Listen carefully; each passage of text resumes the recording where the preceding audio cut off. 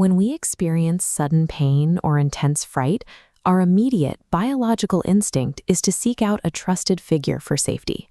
We naturally look to the people we depend on, a partner, a parent, or a close friend, to act as our primary biological anchors in a crisis. But what happens to the human brain when the person you instinctively run to for safety is the exact person you need to run from? Clinicians call this specific collision of events betrayal trauma. Because of the psychological mechanics involved, it does not behave like ordinary heartbreak or a standard emotional wound. It is a complete structural collapse of a person's biological safety system.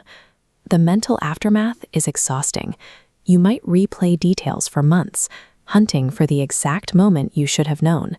Physiologically, your sleep won't settle, and your body stays on high alert even when the immediate danger has passed.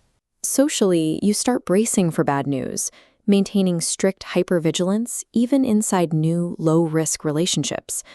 And most perplexingly, you often feel deeply foolish and ashamed long before you ever feel angry at the person who hurt you. The defining mystery here is this inward turn.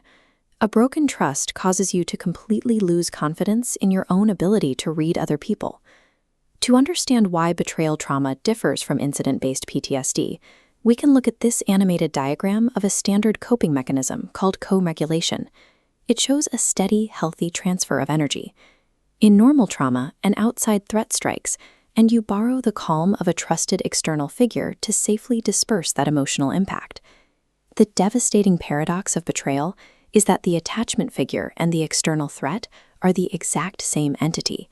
The system short-circuits. Because the source of the injury and the source of safety occupy the same space, there is nowhere external to take the pain. Without an external avenue, the brain pushes its threat assessment inward in a process called inward appraisal. It traps you in an endless loop, interrogating your own judgment to figure out what you missed. Relentless self-doubt and shame are not character flaws. They are simply the brain's logical, mechanical attempt to solve an impossible psychological paradox.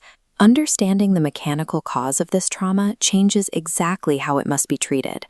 To fix a trauma caused by a broken attachment, you must give the experience a name and a shape within a safe external environment. Working with a licensed clinician allows you to sort out which emotional weight was actually yours to carry and which weight belonged entirely to the person who betrayed you. Coping and healing counseling provides this external safe avenue. Their culturally competent team specializes in trauma, offering HIPAA-compliant telehealth therapy across all 159 Georgia counties. They remove typical barriers to entry. For Medicaid patients, the copay is $0, and most commercial plans run $10 to $40 a session. Betrayal trauma forces the mind to turn against itself. Securing the right external support is the mechanism to finally trust your own judgment again.